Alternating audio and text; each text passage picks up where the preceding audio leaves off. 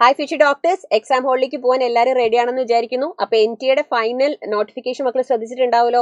Transparent water bottles നിങ്ങൾക്ക് carry ചെയ്യാം, കുഴപ്പമില്ല.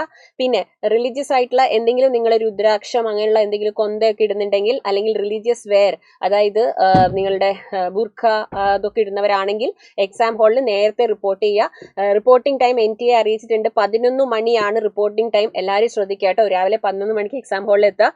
പിന്നെ മക്കളെ, നിങ്ങൾക്കിപ്പം എന്തെങ്കിലും റീസൺ കൊണ്ട്, മിസ് നേരത്തെ പറഞ്ഞിരുന്നു ഡ്രസ് കോഡ് പറഞ്ഞപ്പോൾ ഫുൾ സ്ലീവ് അലൗഡ് അല്ല എന്നുള്ളത്. പക്ഷേ എന്തെങ്കിലും ഹെൽത്ത് ഇഷ്യൂസ് കൊണ്ടോ എന്തെങ്കിലും പ്രശ്നങ്ങൾ കൊണ്ടോ നിങ്ങൾക്ക് ഫുൾ സ്ലീവ് ഇടണം എന്നുണ്ടെങ്കിൽ, നിർബന്ധമുള്ളവരാണെങ്കിൽ, എന്തെങ്കിലും കാരണം കൊണ്ട് സ്ലീവ്ലെസ്സോ ഹാഫ് സ്ലീവോ ഇടാൻ പറ്റാത്തവരാണെങ്കിൽ നിങ്ങൾക്ക് ഫുൾ സ്ലീവ് ഇട്ട് പോവാം. ഫ്രിസ്കിങ്ങിന്റെ സമയത്ത് അത് നിങ്ങൾ അവരെ ഇൻഫോം ചെയ്താൽ മതി.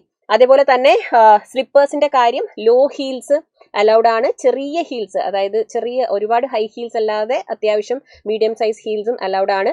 അപ്പോൾ നോ പ്രോബ്ലം. അപ്പോൾ ഇതൊക്കെ ഒന്ന് ശ്രദ്ധിക്കുക.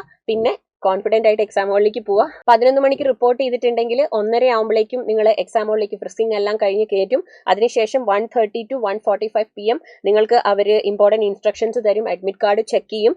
ആൻഡ് 1:45 PM നിങ്ങളുടെ ടെക്സ്റ്റ് ബുക്ക്ലെറ്റ് കിട്ടും.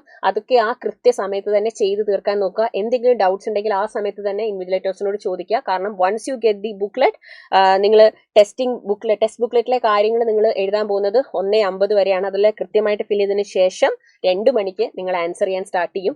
അപ്പം ശ്രദ്ധിച്ച് ഇതെല്ലാം ചെയ്തു പോവുക. മിസ് നേരത്തെ പറഞ്ഞ പോലെ ഇൻവിജിലേറ്റേഴ്സ് എന്തെങ്കിലും ഡിസ്റ്റർബൻസ് അവർ തമ്മിൽ സംസാരിച്ചോ കാര്യങ്ങളോ ഉണ്ടെങ്കിൽ അത് അപ്പം തന്നെ നിങ്ങൾ റിപ്പോർട്ട് ചെയ്യുക കേട്ടോ.